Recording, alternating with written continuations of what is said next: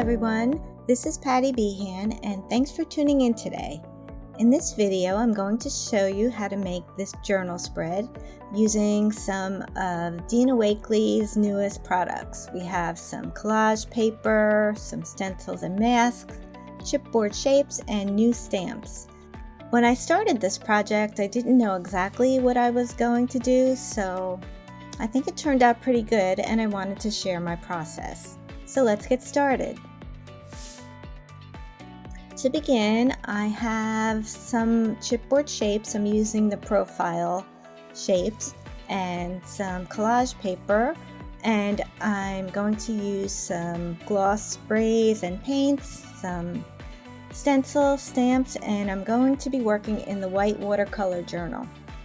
And instead of putting a piece of scrap paper underneath the shapes, I put down a piece of collage paper to catch the extra spray, and I'm going to use that on my journal spread.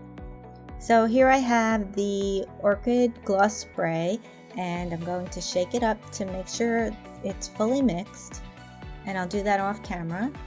And then I'll go ahead and just spray one of the profiles, and I'll take another color, and this time I'm using sky. And then last I'm using carnation. And once that's done, we're going to set that aside to dry. And let's get our journal here. It is the heavyweight watercolor paper journal, and I'm going to open up a spread here, and we're going to work on the background. And I'm going to get some white gesso, and then I also have some gel medium, and I have a fine tip applicator attached so I can make some doodles with it. And so I'll take the gesso, and I'm going to get the mosaic circle stencil and put it on the right page here. Put some gesso on the back of the palette knife, and then just put it on the page through the stencil. And I don't want to get full coverage of the stencil. I want to leave some blank spaces, and I want to tap the knife to give it some extra texture. And once that's done, I have a pan of water on the side here, and I'm going to put my stencil in there so I can clean it later.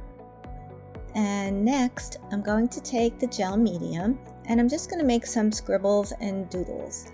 And once this is dry, it'll act as a resist.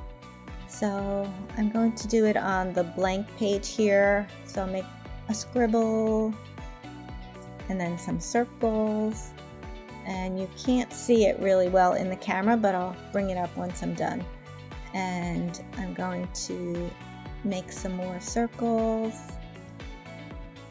just randomly in the blank spaces. This will add a lot of interest later on when we put the paint over it. So now you can see where I have the gel medium, and we're going to let this dry before we do the next step. Okay, now that this is dry, we're going to paint our background. And the first color I have here is sky, and I'm going to put some onto the craft sheet. And you can tell I love this color because there's not much left in here. But you don't need a whole lot anyway. And now the next colors are ocean, lapis, and blackberry.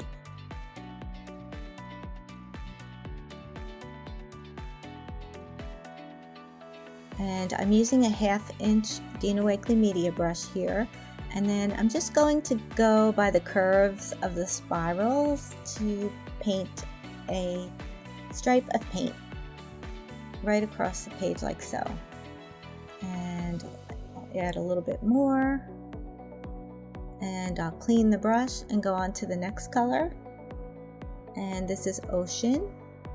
I'm adding some water so it gets nice and fluid.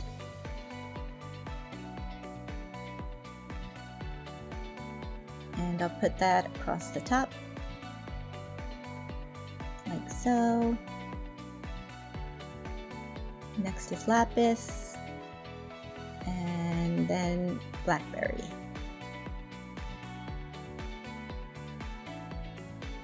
Okay, that looks good. And now you can see how that gel medium is resisting the paint, and you can see the circles coming through. So the next thing we're going to do is clean this up, and then I'm going to add some more color here. I have the Things That Grow mask, and I'm going to use these dots here, and I'm going to try some lemon paint. And so I'll put this on the craft sheet again, and the best way to apply paint through a stencil is using the ink blending tool. So I have the ink blending tool with foam, and I'll just dab the paint through the stencil onto the page. And I'll put some over here. And don't worry about cleaning the stencil in between. And then everything is better in odd numbers, so I'll add some more down the bottom there. Okay, and we're going to clean that up. And now we're ready to make our collage pieces. So I have here a stamp from the Make Things Happen set, and then I'm also using the I Am set, and we're going to stamp with jet black archival ink. And this again is from the Make Things Happen stamp. I'm going to ink this up with the jet black archival. And I'm going to stamp this onto the collage paper. This is the Dina Wakley collage paper. There's a shiny side and a rough side. I'm going to be stamping on the shiny side. So I'll stamp it up in the corner here, and later we're going to cut these out. Like so, and I love how crisp of a stamp you get on this paper.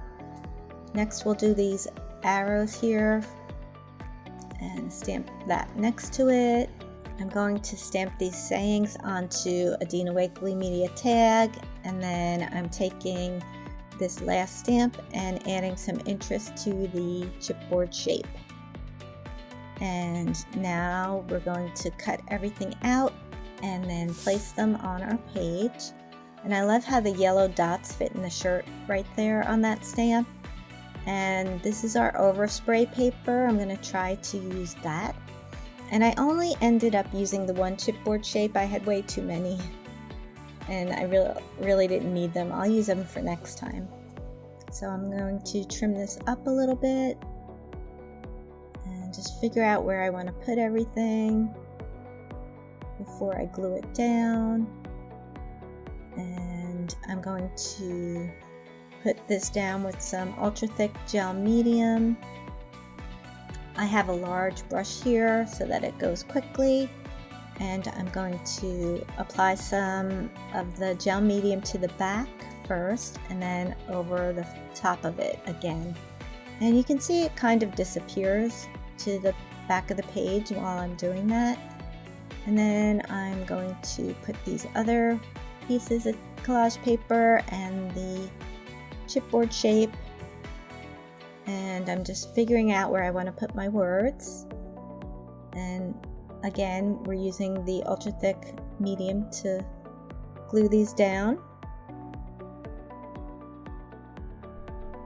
And then let's see, I feel like I wanted to cover up that space over there, so I added another piece of tissue, and that looks pretty good. And now I think it just needs a little something extra. So what I think I'm going to do is add some speckles of paint to the background. And to do that, I'm going to grab the gloss sprays again, and remember to shake it up. And then I'll unscrew the top and then just flick the paint randomly over the page. By doing this, you still leave some white space, but then you add more interest. And then I went back with some sky as well. And so I think that's it. And you can see how that just ties everything together. So I hope you've enjoyed this tutorial, and if you'd like to give it a try, we have a link to the full supply list in the description box below. And also, if you'd like to see more crafty videos, don't forget to subscribe to our channel. Thanks for watching, and I'll see you next time.